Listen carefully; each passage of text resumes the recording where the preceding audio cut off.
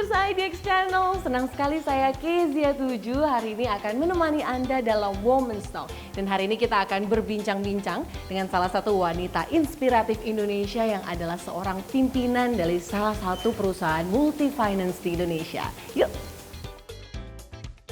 Halo Mbak Keisha, selamat Ibu. siang. Ibu. Sehat Bu? Alhamdulillah harus sehat. Bugar juga ya Bu? Iya ya? dong. Luar biasa sekali Bu, kantornya asri dan juga nyaman sekali. Bu mungkin boleh barangkali kita ikut muter-muter lihat kantor. Pastinya, yuk kita lihat. Mari Bu.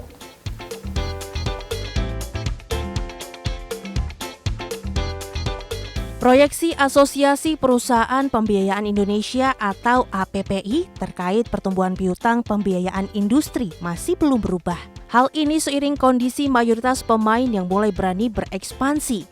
APPI mengungkap optimisme masih terjaga karena sentimen positif dari beberapa sektor yang berpengaruh signifikan untuk industri multi finance mulai semakin terasa.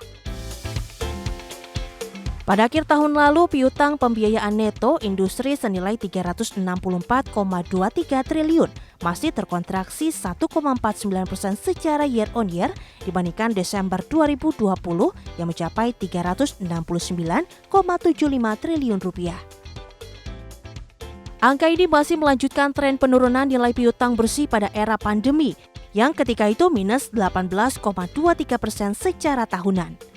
Berdasarkan statistik Otoritas Jasa Keuangan per April 2022, sepanjang tahun berjalan, nominal piutang bersih industri multifinance sudah berada dalam jalur pertumbuhan, tepatnya mencapai 4,6% secara tahunan menjadi 381,6 triliun rupiah. Sektor pertambangan dan otomotif masih menjadi penyumbang sentimen positif terbesar untuk industri. Berdasarkan objek pembiayaan, kondisi tersebut berpengaruh terhadap peningkatan piutang alat berat dan kendaraan roda 4. Bahkan sentimen positif dari kedua sektor tersebut sebenarnya telah tampak sejak akhir tahun lalu. Koreksi tipis pada tutup tahun terjadi karena beberapa pemain masih belum berani berekspansi. Beda dengan periode 2020 di mana penurunan karena banyak debitur lepas pembiayaan akibat terdampak pandemi. Bagaimanakah kepemimpinan perempuan dapat menjadi pendorong penguasaan perusahaan multifinance di dalam negeri? Simak ulasannya hanya di Women's Talk.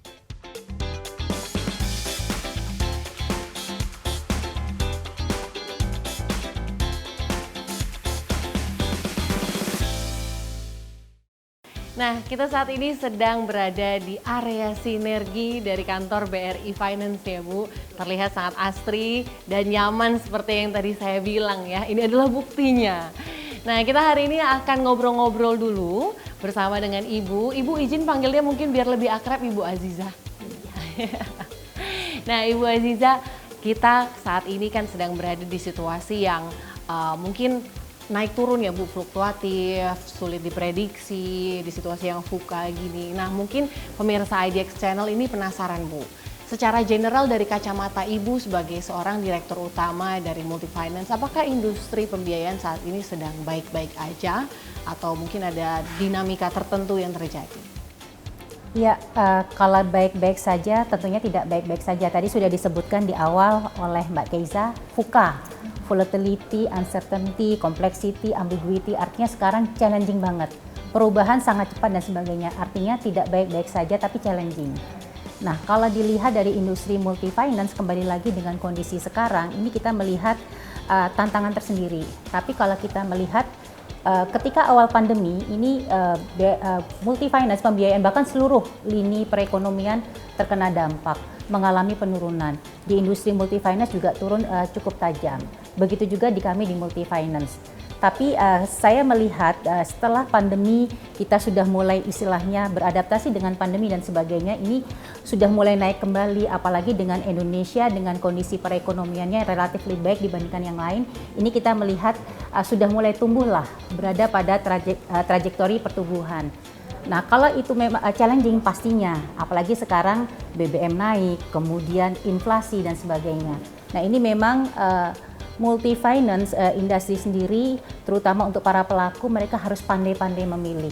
Pandai-pandai memilih di mana mereka melakukan ekspansi. Kemudian juga pandai memanage kualitas aset yang ada. Jadi industri mana yang tidak terdampak atau sedikit terdampak, atau industri tertentu yang resiko tinggi, tapi mereka akan memilih mana-mana saja yang bisa mereka layani. Kemudian dari existing yang ada, customer-nya ini bagaimana pengelolaan kualitas asetnya. Apakah perlu dilakukan restrukturisasi ataukah perlu dilakukan penyelesaian. Jadi memang kondisi ini ya apa istilahnya quite sangat membutuhkan monitoring yang sangat intens bagi pemain di industri sendiri, dan juga di kami di BRI Finance ini juga kita harus pandai-pandai memilih segmen-segmen mana yang bisa memberikan pertumbuhan yang positif bagi kami. Iya, challenging tapi memang tetap harus berhati-hati ya Bu industrinya. Nah tadi bicara soal ekspansi Bu, menarik. Apakah setelah pandemi ini atau bahkan masa transisi ini terkait dengan serapan pasar, apakah ada satu signifikansi yang terjadi Bu dari soal serapan pasar dari sebelum pandemi dan bahkan sesudah pandemi? Serapan pasar kalau dilihat dari tadi saya sampaikan, ketika pandemi semuanya turun drastis. Secara industri juga pertumbuhannya minus. Bahkan untuk di data Gaikindo sendiri ini penjualan mobil juga turun drastis. Tapi setelah dengan adanya program-program pemerintah, bagaimana memberikan insentif dan stimulus kepada perekonomian, kemudian program penyelamatan ekonomi nasional, kemudian mungkin kita masih ingat di 2021 ada PPNBM dan sebagainya, ini sebenarnya memberikan impact yang positif terhadap industri. Kita sudah melihat dari angka-angkanya sendiri sudah mulai naik.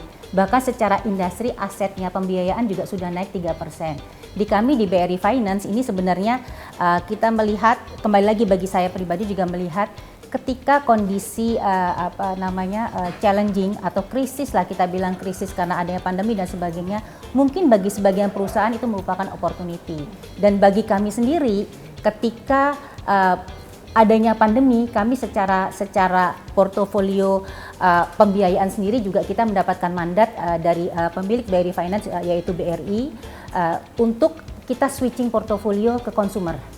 Karena dulu kita banyak fokus di komersial, pembiayaan mesin-mesin, alat-alat berat. Sekarang bagaimana kita melakukan pembiayaan konsumer, pembiayaan kendaraan baik baru, bekas, motor dan sebagainya. Nah, ini yang membuat kita bagaimana kita bisa menjadikan ini sebagai tantangan dan juga sebagai challenge dan juga sebagai opportunity untuk mengembangkan bisnis dari BRI Multi Finance. Dan alhamdulillah pertumbuhan kami jauh lebih baik dari industri. Ketika industri tumbuh hanya 3%, kami bisa tumbuh 40%. Kemudian dari sisi portofolio pun ketika awal pandemi itu portofolio konsumer hanya sekitar mungkin 25%, posisi sekarang kita sudah switching. Jadi posisi konsumer kita sekarang sudah 70% dan komersial kita 30%. Oke, luar biasa. Nah tadi sempat disebutkan berbagai lini bisnis dan produk-produk dari BRI Finance ya. Tadi sudah dikasih tahu sama Ibu ya beberapa. Nah mungkin Bu, ketika pandemi kemarin itu apakah sektor yang paling terdampak Bu?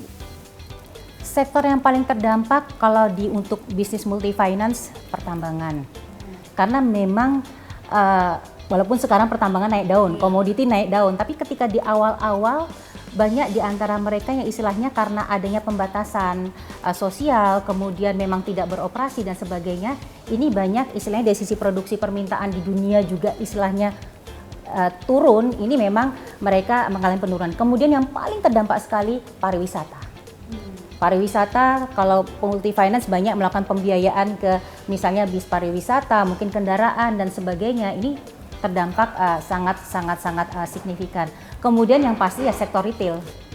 Karena dengan adanya pandemi, kemudian ada beberapa perusahaan karena istilahnya work from home, kemudian juga penurunan produksi, penjualan, pelan-pelan malah berakibat kepada produksi mereka, akhirnya mungkin ada pengurangan gaji dan sebagainya, sehingga kemampuan membayar customer-nya juga mengalami penurunan. Itulah yang menyebabkan dengan adanya program penyelamatan ekonomi nasional dan sebagainya, ini kita melihat nih debitur mana yang terdampak pandemi, tetapi masih memiliki kemampuan membayar dan ada itikat baik, ini kita melakukan restrukturisasi. Nah kalau mau lihat dari situasi sekarang mungkin Bu, karena adanya inflasi yang merangkak, kemudian kenaikan juga dari suku bunga Bank Indonesia. Nah ini secara tidak langsung akan berdampak pada orang-orang menahan untuk mengambil kredit, Bu. Nah, apakah ini menjadi salah satu tantangan tersendiri dan bagaimana BRI, apakah ada strategi khususnya dari BRI Finance untuk menghadapi hal ini? Apakah digitalisasi mungkin atau dan lain sebagainya? Menarik ya, nggak putus-putus ternyata challenge-nya. Ya itulah kondisi VUCA sekarang. Dengan adanya inflasi yang makin naik, pasti akan berpengaruh kepada daya beli masyarakat. Apalagi BBM naik, akan berpengaruh. Kemudian suku bunga naik, karena memang untuk meredam inflasi, bagaimana supaya investor asing tidak lari keluar dan sebagainya, menaikkan suku bunga. Nah ini memang pasti akan berdampak kepada daya beli masyarakat. Nah ini membutuhkan ibaratnya kalau kami di multi finance atau di industri, kita harus pandai-pandai memilih. Seperti tadi disampaikan di kondisi sama di awal pandemi, kondisi sekarang ada lagi yang baru, bagaimana kita melakukan resegmentasi target pasar.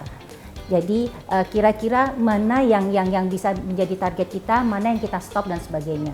Misalnya nanti kita mentargetkan misalnya fixed income kalau untuk pembiayaan kendaraan.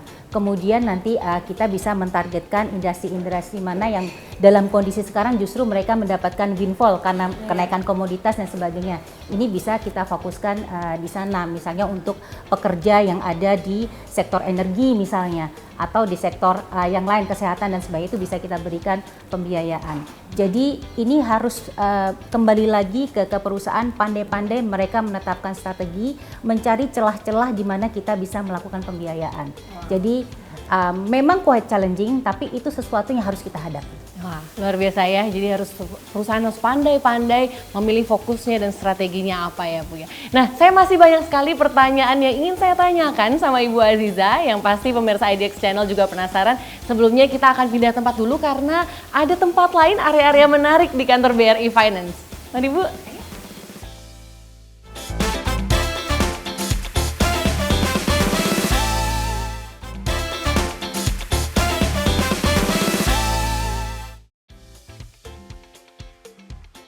Nah, kita sudah berada di mana nih, Bu?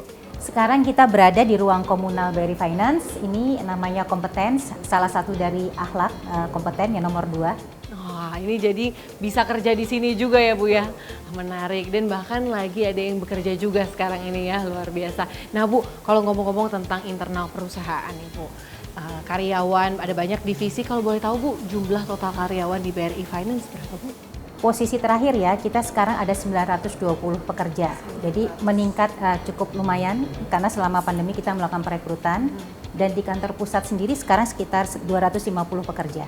Dengan total banyaknya karyawan, tentunya di dalamnya juga berbagai divisi dan departemen ya, Bu. Apakah ada salah satu esensi pandangan Ibu terhadap kerjasama tim, Bu, terkait dengan biasanya kan kalau antar divisi ada silo, Bu, yang itu sering terjadi kadang di korporasi. Nah, dari pandangan Ibu bagaimana? Memang ya, kalau saya sih melihat suatu perusahaan, teamwork adalah suatu keharusan. Karena teamwork itu make dream work, makanya teamwork make dream work.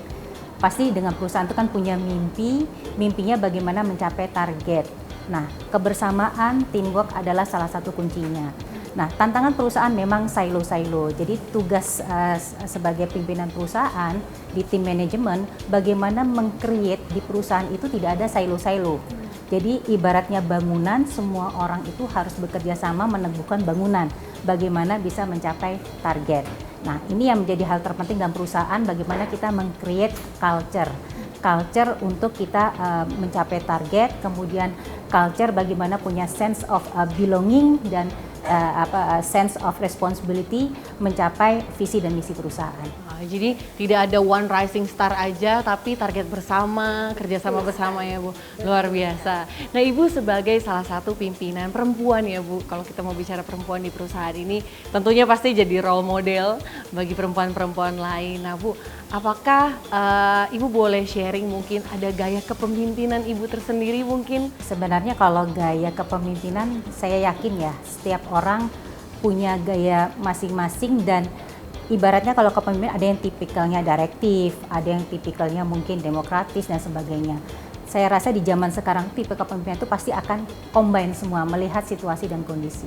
Kalau saya, apalagi sebagai perempuan mungkin kalau saya lihat sebenarnya nggak ada perbedaan yang nyata dengan laki-laki, tapi mungkin dengan perempuan itu dari sisi feminin dan sebagainya, dari sisi mungkin katanya keibuan, padahal sebenarnya dari yang laki-laki pun itu juga kalau orang memiliki perhatian dengan details dan sebagainya, pasti dia akan bagaimana punya pemahaman yang sama ketika memimpin suatu perusahaan, bagaimana bisa membuat perusahaan itu menjadi istilahnya sinerginya positif, suasananya positif dan sebagainya. Nah, tadi yang saya sampaikan gaya kepemimpinan terus terang campur-campur. Jadi yang penting bagaimana kita tetap melakukan coaching, mentoring, kemudian bagaimana ibaratnya kita menyiapkan leader-leaders yang seterusnya. Jadi teman-teman tuh bagaimana mereka itu sebenarnya adalah leader bagi diri mereka sendiri, memanage pekerjaan mereka, mengupgrade dirinya. Saya selalu bilang ke teman-teman, ayo gadget aja harus di-upgrade, versioning terbaru. Masa diri kita tidak di-upgrade? Jadi saya ingin teman-teman itu istilahnya punya kepribadian sebagai pembelajar. Bahkan ibaratnya kita itu harus belajar sampai kita istilahnya nanti meninggal lah, ibaratnya begitu. Nah, ini kepemimpinan ini yang saya terapkan ke teman-teman, bagaimana mereka mau belajar, willing untuk membantu dan sebagainya. Dan ini juga tergambar juga dengan budaya kerja yang ada di BRI Finance, karena kita merupakan bagian dari BRI Group bagian dari BUMN. Kita punya payungnya akhlak yang amanah, kompeten, kemudian harmoni, kemudian loyal, adaptif, kolaboratif. Nah, ini yang nilai-nilai inilah yang menjadi harus mendarah daging, harus diinternalisasi di semua pekerja. Kemudian bagaimana mereka bisa memberikan yang terbaik. Nah Bu, mungkin pertanyaan terakhir untuk saat ini Bu. Apakah ada tantangan tersendiri yang Ibu secara pribadi alami selama Ibu menjabat di BRI Finance? Tantangan kalau saya sih melihatnya kembali lagi mungkin sama dengan yang lain. Sekarang kita dealing dengan anak muda, milenial. 75% pekerja saya milenial, bahkan adik milenial pun sudah mulai bergabung. Dengan istilahnya segala dinamikanya, ini bagaimana ini merupakan suatu kekuatan, karena anak-anak sekarang itu kan fast learner, curiosity-nya tinggi dan sebagainya. Tapi di sisi lain mungkin pembosan, mungkin ya tadi terkadang silo-silo bekerja sendiri. Nah, ini bagaimana melihat ada suatu kekuatan di anak milenial sekarang, bagaimana mereka teknologi savvy, biasa dengan gadget, kemudian kita harus dekat dengan mereka. Ibaratnya sekarang apa sih yang menjadi tren sekarang, kemudian bagaimana mendekati kaum milenial, karena terus terang nanti ke depan bisnis pembiayaan dan sebagainya menyasar kaum milenial. Seperti dulu ketika saya bergabung di BRI, mungkin milenial di saat itulah, saya masih mudanya di saat itu, dengan gaya sendiri, mereka juga sama. Nah, ini yang menjadi target kita ke depan, baik dari sisi pemasaran, mereka tahu dari sisi customer-nya, dan bagaimana kita meng-create mereka menjadi tim member yang bisa mencintai perusahaan ini, yang profesional, artinya mereka memberikan yang terbaiknya untuk membesarkan perusahaan ini. Luar biasa sekali. Nah, saya malah keasikan nih ngobrol sama Ibu. Tapi saya masih penasaran, di area BRI Finance ini kantornya ada area menarik apa lagi? Sebelum kita lanjut, mari kita ikut bareng-bareng.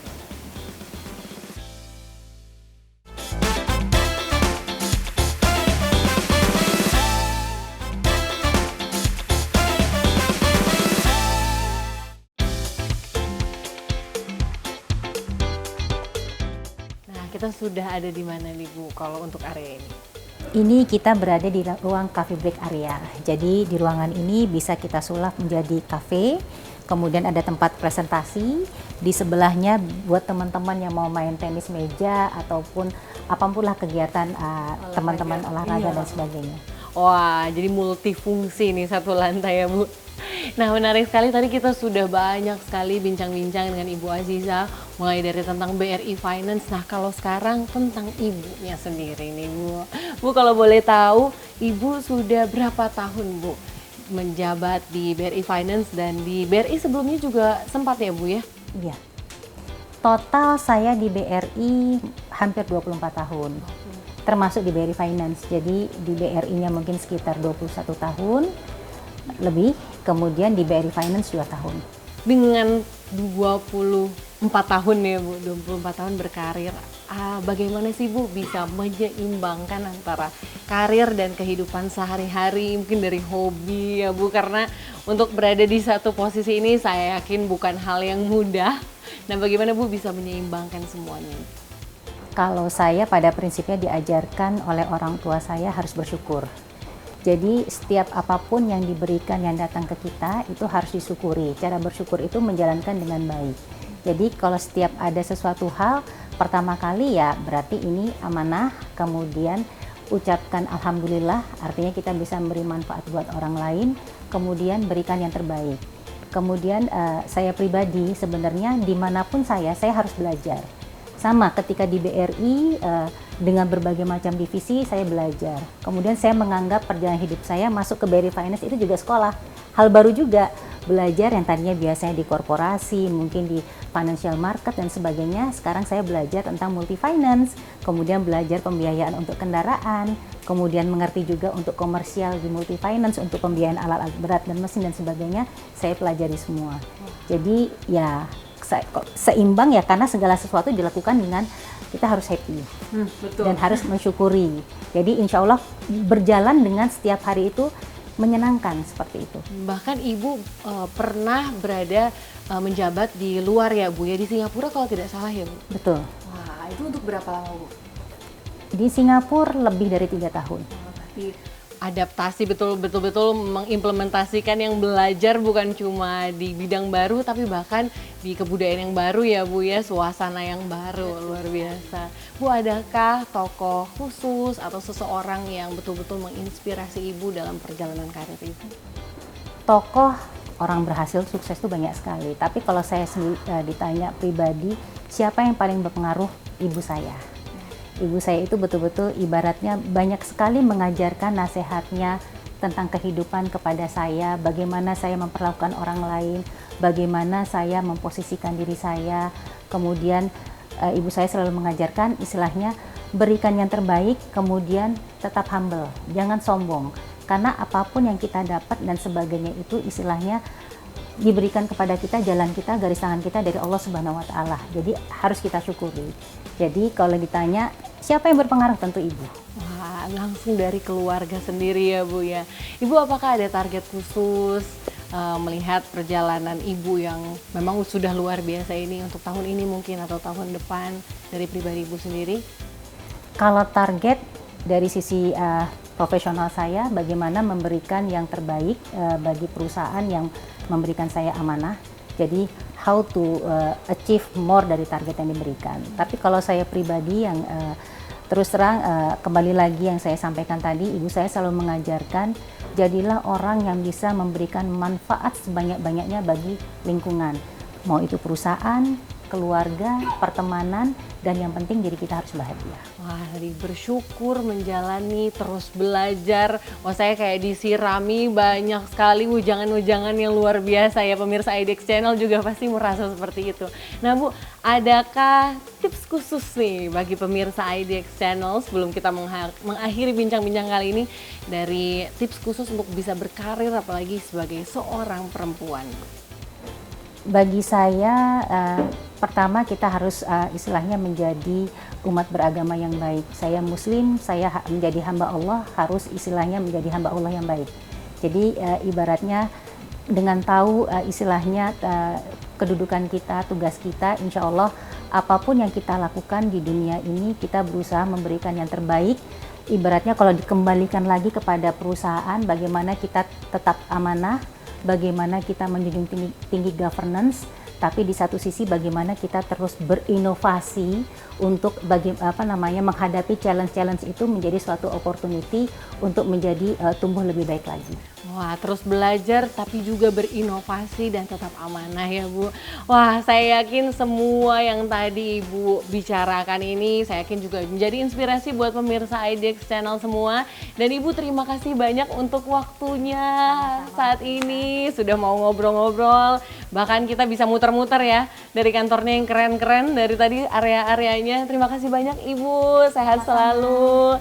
Dan pemirsa, kiranya ini menjadi inspirasi bagi Anda. Dan sampai jumpa di Women's Talk selanjutnya. Bye-bye. Terima kasih ya Bu.